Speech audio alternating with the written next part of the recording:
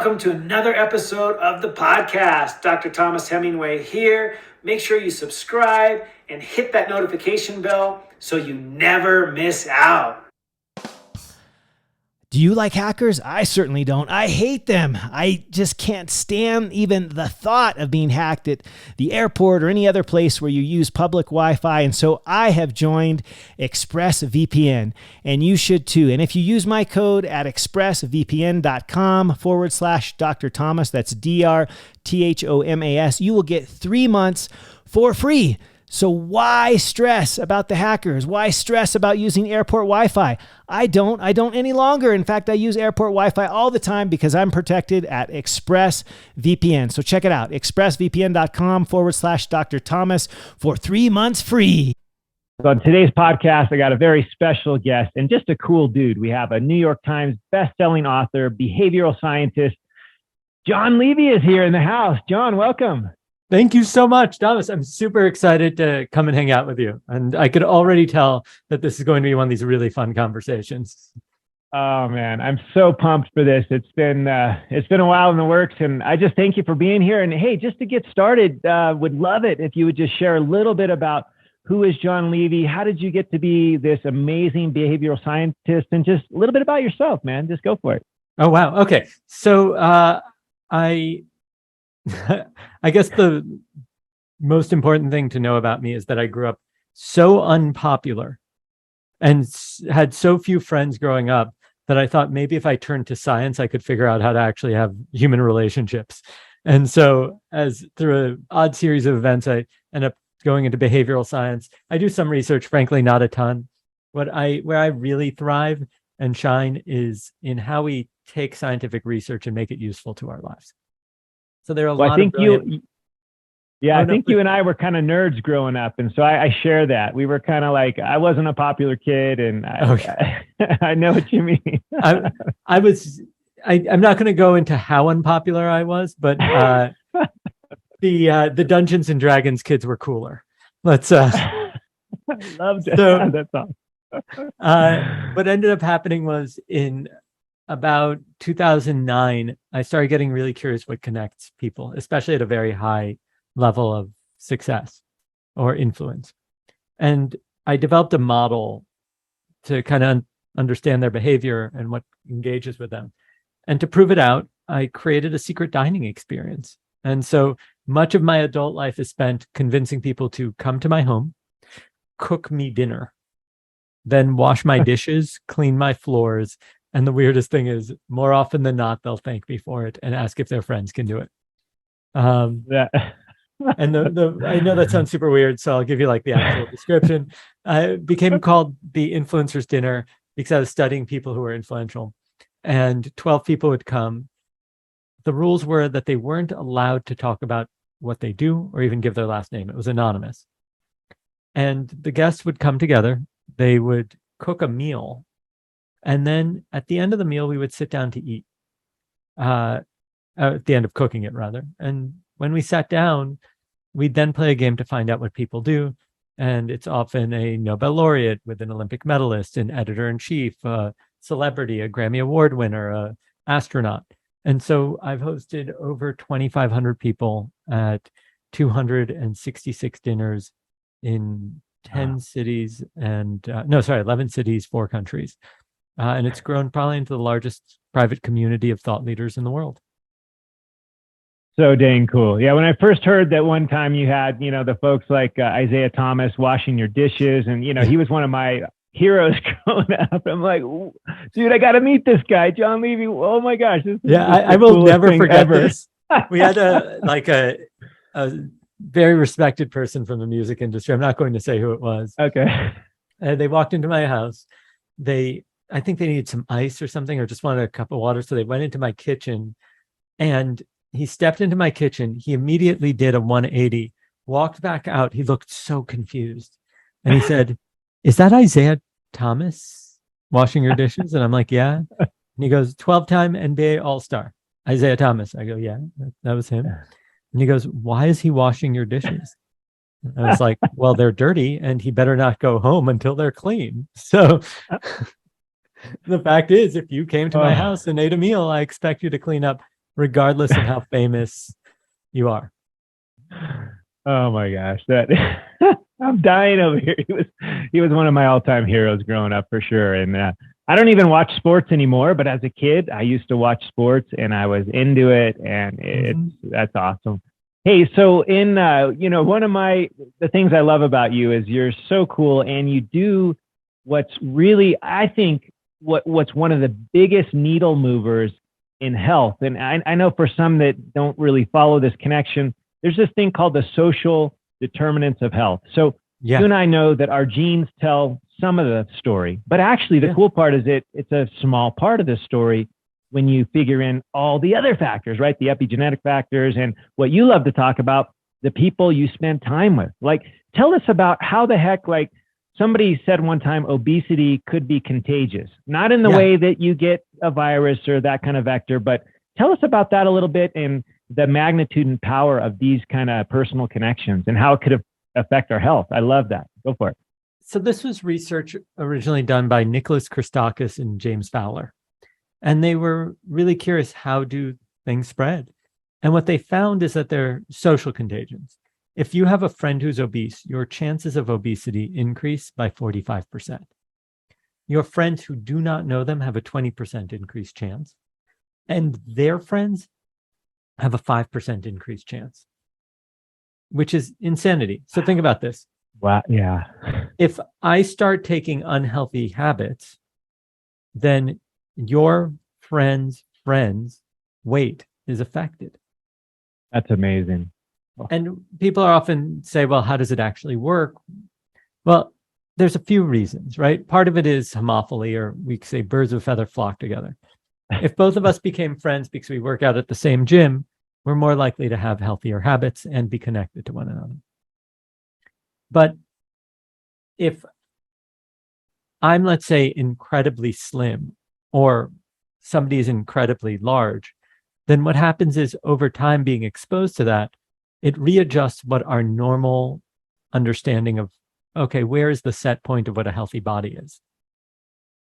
And as a byproduct, our behaviors change. Something as simple as we go out to dinner together and I order dessert, suddenly you're taking a few spoons, right? And we've all experienced this. If you hang out with somebody who's a big movie buff, you might be going to a movie theater and eating a tub of popcorn rather than going on a walk and seeing the city.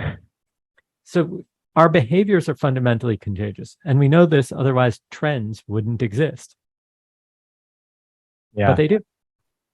Yeah. Now, the part that I find really fascinating is not only those people, the immediate first order people that you hang out with, but then their friends, like that just seems like it's absolutely wild. And this kind of effect is true for happiness, marriage and divorce rates, smoking habits, voting habits. A study was done at, I believe, MIT about run clubs. So if you were connected to me back in the day on Nike Fit, then if I ran an extra mile, I think you would run, as my friend, on average an extra 0.6 that day. So there's this kind of competitive behavior that develops. Or if you slack, then I feel permission to slack a bit. So everything we do is contagious to a large degree. Now, there's certain relationships that allow those contagions to be more effective and less effective, right? So if it's somebody you don't really respect, then it's probably not as contagious. Somebody you admire, or boss or something like that, and then it might be more. So these things have, there's certain central points and hubs that have greater impact, but these are generalized rules. Yeah. No, the thing I find so fascinating about that is we all have heard of the identical twin studies, right? Like where, they literally have 100% identical DNA, that genetic material that tells us what to do. And one can be obese, one can be thin. Like, how the heck? And then, when we start looking at, like you're talking about, their friends groups and things like that, we can probably, kind of get to the bottom of what happens. But I think the even cooler part is when we look at just societies and groups of people. I think we've all heard of like the blue zones, for example, right? Where these people tend to live to 100 or even more. And one of the things I think is the strongest, you can tell me your view on it, but I think the strongest relationship between, or the thing that they share in common, all of these 7 or 8, however many there are nowadays, groups of people considered those that live in the blue zones, they live really long, the centenarians, is their social connection, their community, their, that kind of the social glue, if you will, that kind of keeps these people going. I think that's probably the most important of all of the things. I don't know. What are your thoughts? Do you ever get tired of planning, prepping, and cooking your own healthy meals? Well, I know I do. And so you've got to check out Trifecta Nutrition. They ship pre-made, high quality, with great ingredient meals right to your door. From paleo to keto to vegan and so much more. They have delicious meals for every diet. You got to go over there to trifectanutrition.com and check out the code Dr. Thomas, DrThomas, for 40% off at checkout. So trifectanutrition.com and use the code DrThomas at checkout and get yourself 40% off. I hope you'll enjoy it as I do. Aloha. So I should emphasize, this isn't something I study. I'm not a biologist or even or geographer, and I don't know about a lot of these things, but there is a well-researched study from Brigham Young that looked at what actually extends human life, right? What's the great predictors? And you'd think, okay, maybe it's being married, maybe it's low stress, maybe it's happiness, all these things. And after taking countless data points, the researchers were able to find that there's certain things that actually have an effect, some far more than others. So on the low end, like clean air and water, sure, if you're not poisoning yourself every day, yeah, it's probably a good thing. Getting exercise or getting your flu shot are almost on par with each other. It's like your annual flu shot. Quitting drinking is really important. Quitting smoking is super important. But even beyond all of that, the number 2 greatest predictor was strong social ties. So having close friends and family. And the number 1 social predictor is something called social integration, which is the number of people you come in contact with in a day. Are you socially active? Are you part of a community? And so when people had a high number of others that they come in contact with, that was the great predictor of longevity. Wow. Now, mind you, genetics is the number 1 currently. We still haven't figured out a way to control that fully, right? And with CRISPR and other techniques, maybe in the next few years, we'll solve all those issues. But one of the things I continuously joke about is that you'll find these billionaires hiring health optimization coaches, and they'll do, I'm not sure if you've ever heard of this, like I think it's called a vampire transfusion or something like that. It's where you take young blood and pump it into your body, and you hire somebody to eat healthy and exercise. Yeah. I'm sorry, what's it called? Well, part of it is with stem cells. That's one of the sort of universal, I think, longevity type hacks that guys are doing. I'm not doing that, but yeah, it's being done. So, but what's really interesting is that everything that they're doing, whether it works or not, is 1, questionable, and 2, we really know what's going to extend your life. Instead of sitting alone in your massive house by yourself, researching exactly how to optimize everything and stressing out and doing lots of work, going and spend some quality time with friends throughout the day will extend your life much more than any of that other stuff. And that's one of those things I really find amusing, is that we always try to optimize for the 1 to 5% when we really know what's the 40 to 50% stuff. Yeah. Fascinating. Number 1 and 2 both have to do with that kind of social connection. And maybe number 3, I don't know. I'm not familiar with the particular study, but one of the things I always share with people is that just and this is part of the contagion too, their outlook upon life, whether they view their future as something positive, that alone can add 7 to 10 years. 7 to 11 was the study that I'm familiar with. 7 to 10 years to your life, just simply waking up in the morning and being excited about your future, whatever that is for you. Like just that. And I don't mean just this empty, fake happiness stuff. I mean, you're actually legit excited about the day and tomorrow and like what the future So here's holds. something that's interesting. A few things. One is one that doesn't surprise me. And I think that there might be a bit of confounded information there, meaning several things that are working at the same time. that might be affecting the situation. So a study was done on elder care facilities, and they had certain elder care patients be assigned what time they go to bed or when they eat and so on. And for another group, they gave them mild choices. Do you want to go to bed at 8 or 8:30? Do you want to go eat at 1 or 1:15? That kind of stuff. The people who were given a choice had their life extended by several months as a byproduct, which is that when we feel there's a locus of control, things that we can influence in our lives, our outlook is more positive, and apparently it also allows us to feel like, give us reason to live longer. If we are just at the effect of everything and have no control, then we don't have to actually exert any effort. And in fact, if you a slightly controversial study found an oddly similar characteristic when controlling for prayer. So people were given, certain conditions, the recovery process is pretty predictable. I think it was like bypass surgery. So like there's so much data on it. So there was a control group where nobody did anything for them. There was a group that prayed for them and they weren't told. And there was a group that they were prayed for and were told. And the lowest recovery rates were for those that were prayed for and told. And the view is that once you feel like you're at the effect of something on the outside rather than you are exerting control over your well-being, then you have to put in less effort or you're at the effect and thereby it's out of your control.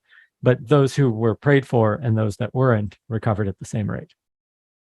Wow, interesting. Oh, the locus of control, I love that. I think that's well said. And I think we all experience that, right? Nobody, I mean, especially with me, I have 6 kids. And if you try to control them, holy cow! Wait, did you just say 6 kids? 6 kids. Yeah, I got 2 in college and 2 in elementary school. So they're all spread across the board. But yeah, I mean, it's like, and all of us are the same. We don't like people to tell us what to do. We want choices. My kids are no different. They want choices. So when I really want them to do something, I give them 2 or 3 good choices. So they're all things that I think are good, and they get to pick which of those 3 they want to do. And so, the technique is called, I talk about this in my latest book, You're Invited. But the technique is called I cut, you choose. So if we're trying to split a cake, I'll cut the pieces, but I don't get to pick who gets each piece. Yeah. Once I cut it, that ensures a higher level of fairness because I could end up with anything. The interesting thing is that we tend to think we want choices. And there's this great research by Barry Schwartz, who was at Bryn Mawr for years. And what he found is, and he did this kind of funny study, he had people that were at a supermarket be offered either a handful of jams to taste. I think it was like 3 or 5. And then on another day, they were given options of like 20 jams to taste. And when they were given 20 jams to taste, people bought less than when they were only given 3 to 5. And the reason is that you achieve something called the paradox of choice. The more options you have, actually, the less happy you are. And so I love what you do for your kids because you're hacking decision-making so that they don't experience overwhelm, but they still feel like they have a locus of control. Yeah. Yeah. And I do that just knowing I've been married 25 years. I kind of know now I'm a little bit better at parenting than I was in the beginning. I like to think I am anyway. I didn't know the exact behavioral science behind it, but I've learned that too. 1, 2, 3, too many is kind of the mantra I say. After, 3, it's just like too many, you don't need that many choices. He would say, Schwartz said, some choices are good, but more choices isn't better. Hope you're enjoying the show so far, but because I'm sure you're loving our latest guest, I wanted to make sure you got their contact info so you can start following them now. So here you go. I've a couple of books. The most popular is probably You're Invited. which is about the art and science of connection, trust, and belonging. And I would encourage anybody to pick it up. And if it's between that and spending some quality time with a friend, maybe I'd understand hanging out with them and going to mini golf, because frankly, the entire point of the book is to support us in having meaningful relationships. But if you're looking for what I think is a fun read, where you'll discover the greatest art heist in history and crazy stories from business and serial killers and all these kind of wild tales that are all true, and science that really most people have never heard before, I think you'd really enjoy it. And then if anybody ever has a question, I'm Jon Levy. I'm easily Googleable, Jonlevy. And my website is Jon Levy TLB, Jonlevy, T like Thomas, L like lion, B like boy. And I'm that also across all the social sites. Yeah, I agree. I agree with that. I love that. That's fascinating. And, one of the things I think is really interesting is when you look at these kind of behavioral loops, the habit patterns that we form and things like that. I know you studied, this area of the brain that when you first said it, the SNVTA, I was like, I had to go back and okay, I understand the word substantia nigra ventral tegmental area, and I know where that is. I actually did a dissection in medical school, and I got to look at that part of the brain. But when you said the acronym, I was like, oh crap, I better go back and figure that out. Talk to us a little bit about that research. I think it's really fascinating what that part of the brain does. It's kind of something to do with the reward system and dopamine, and yeah, just speak to that a little bit. So the background on this is that I was trying to understand what would engage very influential people. And what became clear is that you would expect that they get to experience a lot of cool stuff. Yeah. And since they get to experience a lot of cool stuff, another invite to go get coffee or a casino-themed fundraiser or some schmancy dinner isn't really going to cut it. It doesn't register. I didn't really understand why this happens, but when I looked at the research, I came across a study around the SNVTA, and it turns out that it's viewed as the major novelty center of the brain.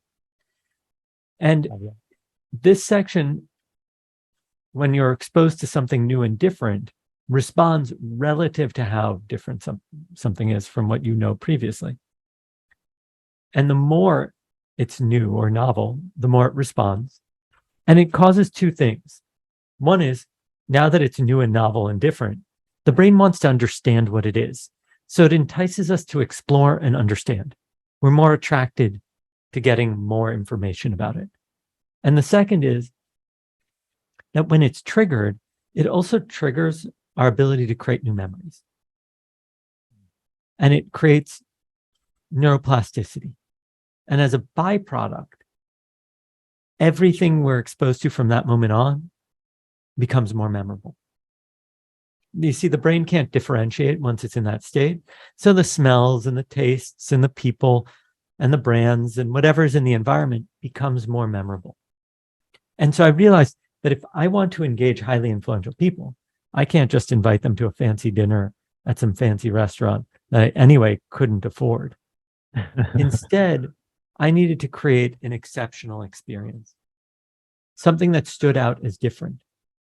The amusing thing is that it, costs significantly less to buy a bunch of bad food and have them cook it than some fancy experience. And a lot of companies have, in the years since, tried to do something to attract audiences like this, and nothing ever lasted or stuck because it fundamentally wasn't novel. Right? If somebody were to try to copy the influencer's dinner, it would fail because there's already an influencer's dinner. Yeah. Why would somebody who's really influential want to go to the worst copy version of the thing? So if we actually want to engage with people who operate at that level, we need to find something that's unique and different to engage with them around. And here's the key. We don't want their attention. We want their interest. We want them to have a desire to explore and understand. It's not a car backfiring. That'll get people's attention, but it won't keep it. Yeah. Wow.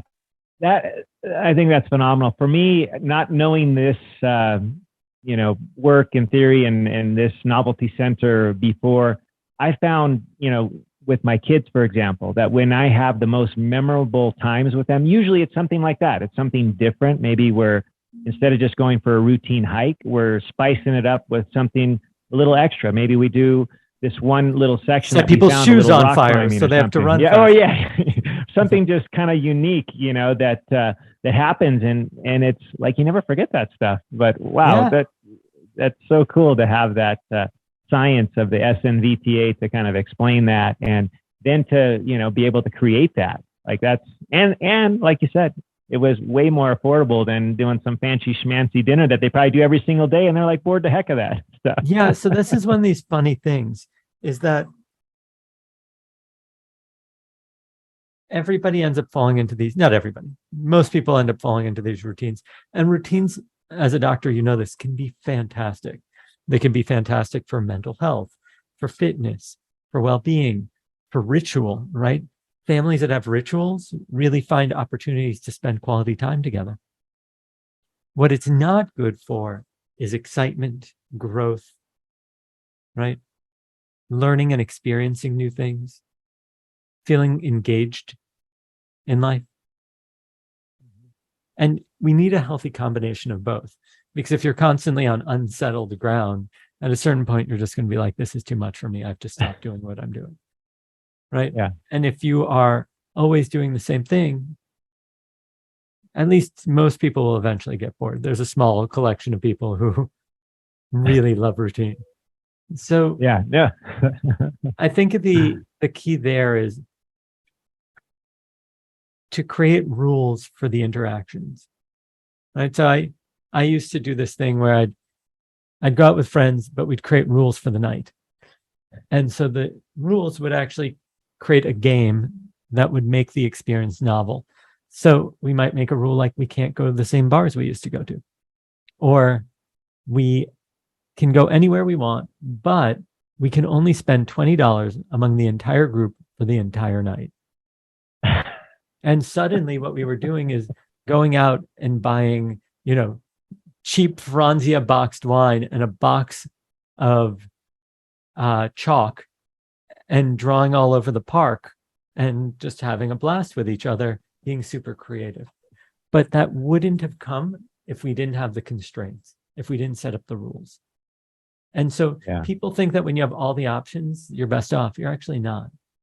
It's the creativity within the constraints that trigger novelty. Wow. There's so many things that we could unpack there. But what I think you said some really important things. There are certainly habits and routines that are great. Like I think one of them is like a bedtime routine. Like if you want to get the most amazing sleep of your life, like there's certain things that you need to have. You got to go to bed at the same time. You got to have a dark room. It's got to be quiet. It's got to be cool. You got to turn off the blue lights, all this kind of stuff. Like that's great. But our body, our mind, our soul, we crave, right?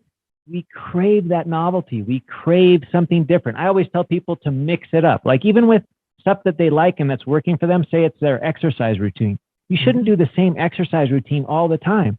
Like you got to mix it up. That's why I surf and I mountain bike and I rock climb and I like to do all these different things because I'm like you, I get bored. I can't do the same thing always without fail and never change it up. Like, that's not the healthiest thing. Now, that might be really effective if you're a Olympic rower, right? Yeah. But none of us are Olympic rowers, statistically speaking. If you round the entire, let's say, U.S. population to the nearest percent, you end up at zero. And those people have very different routines than we do, right? When you're going for the Olympics or something like that, and respect to them because it is a haul. Oh yeah, for sure. I mean, it's their life. It's their whole life's work up until that point, right? Yeah. I mean, but that's not the most of us. The majority of us are so different than that. Wow, that's so cool. One of the things that I know that you're super well versed in that you love to talk about, which is also a passion of mine, is sort of the anti-stress hormone, right? We think of, the cortisol and the dopamine, the norepinephrine. Well, there's one that does the opposite of all that stuff. Instead of like get us all hyped up and revved up, and it kind of mellows us out. When I was in school, we just called this thing, it was oxytocin. It's always oxytocin, but we kind of always related it to childbirth, because that's when you see these big spikes. It helps with relaxing the uterus and helping the labor along and things like that. But now, if memory guys serves, like it also prevents hemorrhaging, right? Yeah. So if somebody's bleeding after birth, they give them oxytocin, because once the birth happens, it helps kind of contract everything. But in us, like, dudes have oxytocin too. We know that. And tell us about, there's some really cool studies I know you're familiar with oxytocin, and how we can kind of benefit from that amazing anti-stress, quality that this hormone has. Let's talk about oxytocin a bit. So let's look at it in a couple of ways, if that's okay. The foremost neuroscientist who researches this is Paul J. Zak. He wrote The Moral Molecule and really did fantastic work. Everything from finding that if you march in place with a group, you end up more bonded with them and feel a greater sense of belonging, to the fact that when you experience a win of, let's say you're in love, then what happens is that pro-social behavior actually extends beyond the group. You begin to treat other people with this inclusivity, belonging, and desire for support. And so the question is, how do we use this to really improve our relationships? Now, there's a ton of different ways to trigger it. Everything from joint activities.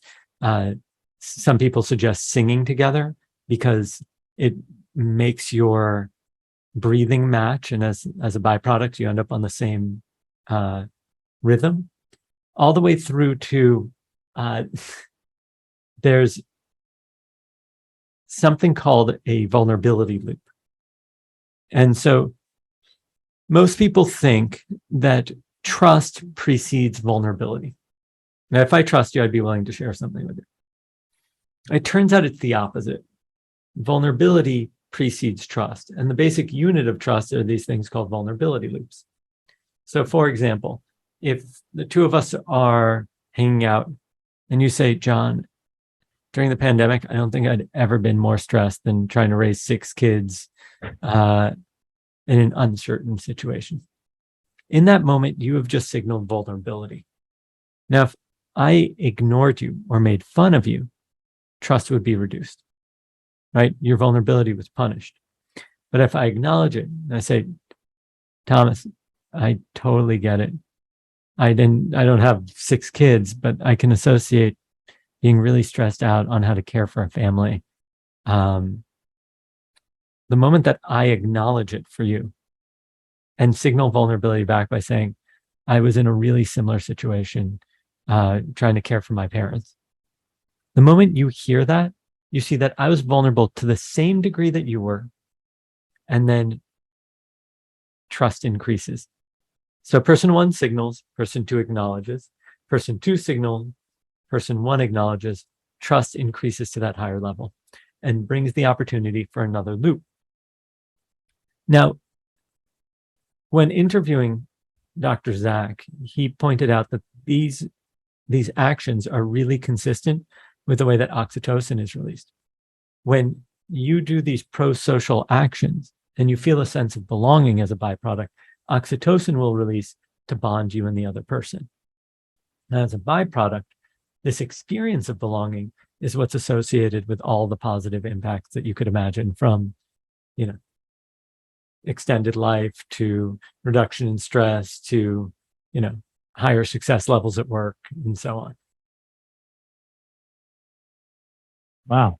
That's very interesting. And I think it's early days still yet. This science is really just on this sort of asymptotic curve right now. It's just really like when I was in medical school, it was on this real flat area. And now it's like, there's so much just more wait, data. It's going to get crazier.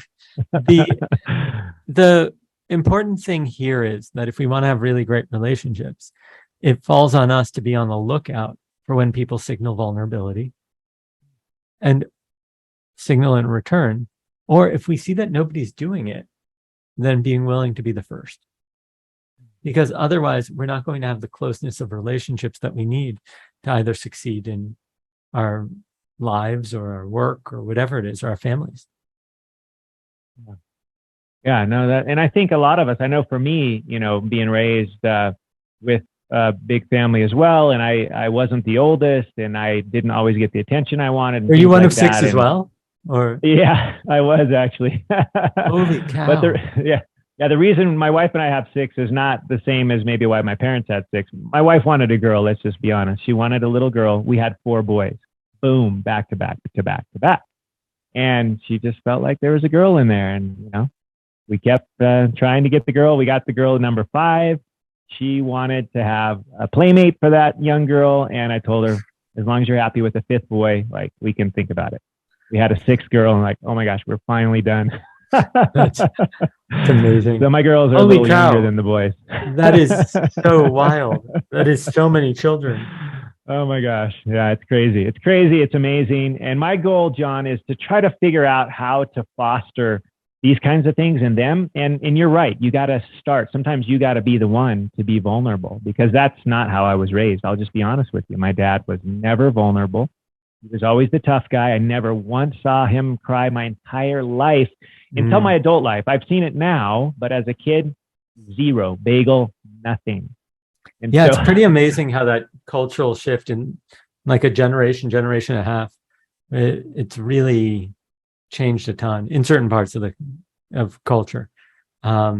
Seems really healthy. And my hunch is that your kids are much healthier for your ability to express your emotions. And it's interesting to me because and this is something that I was led to understand, this isn't something I'm an expert at, that when people don't know how, or aren't taught the language or approach to actually express their emotions, then all they know is probably anger and happiness, right? There's no nuance. And so if you're feeling something and you don't know what it is, then you must be angry and it must be time to yell, right? So like the car not functioning and being frustration, that must be anger. I should yell and hit, right?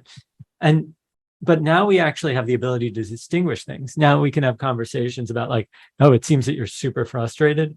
Hey, take a break. Who do you need to talk to about this that can actually get you the answer? Right? Not take a hammer at your car or engine or whatever. Yeah, that dichotomous relationship was how I grew up. It was either, you're super angry and frustrated, or you're having fun. There wasn't a lot of middle ground. And there was nothing in between. Yeah. You nailed it. Yeah. I hope you're enjoying this podcast with the amazing Jon Levy. Oh my gosh. It's just such an amazing conversation, and there's much more to follow, and you don't want to miss it. So make sure you click on the link in the description to subscribe to this community to get all of these podcasts, all the information. And in this one, we're going to ask Jon a few more questions about the personality traits of successful, happy people. We'll talk about how giving can make you even more successful. We'll also talk about how you likely have more brain power than you think, and much, much more. So click on the link in the description to jump on in for the rest of this episode. And you'll also get members-only content. You'll get live Q&A sessions. You'll get ad-free podcasts and so much more. Can't wait to see you there in the community. So looking forward to it. And I hope I can see many of you live in January. I will be in Tampa. This is January 19th through 21st at the Align Limitless event. It's going to be amazing. Trent Shelton will be there. Patrice Washington, my amazing wife, Brooke Hemingway. So many others that you just will not want to miss. To be there live, there is nothing like a live event. So I will be there. I'm planning to do book signings. It's going to be an amazing, amazing weekend. I hope you'll join us. AlignEventsLive.com. Get your tickets today because it will sell out. Aloha. I hope you enjoyed this episode of the podcast. Please make sure you hit the subscribe button and the notification bell so you never miss out on any future episode. And I'd love to hear your comments and feedback. If there's any topic you'd love to hear about, you're dying to know, burning questions, please comment below and let me know what future topics are of interest to you.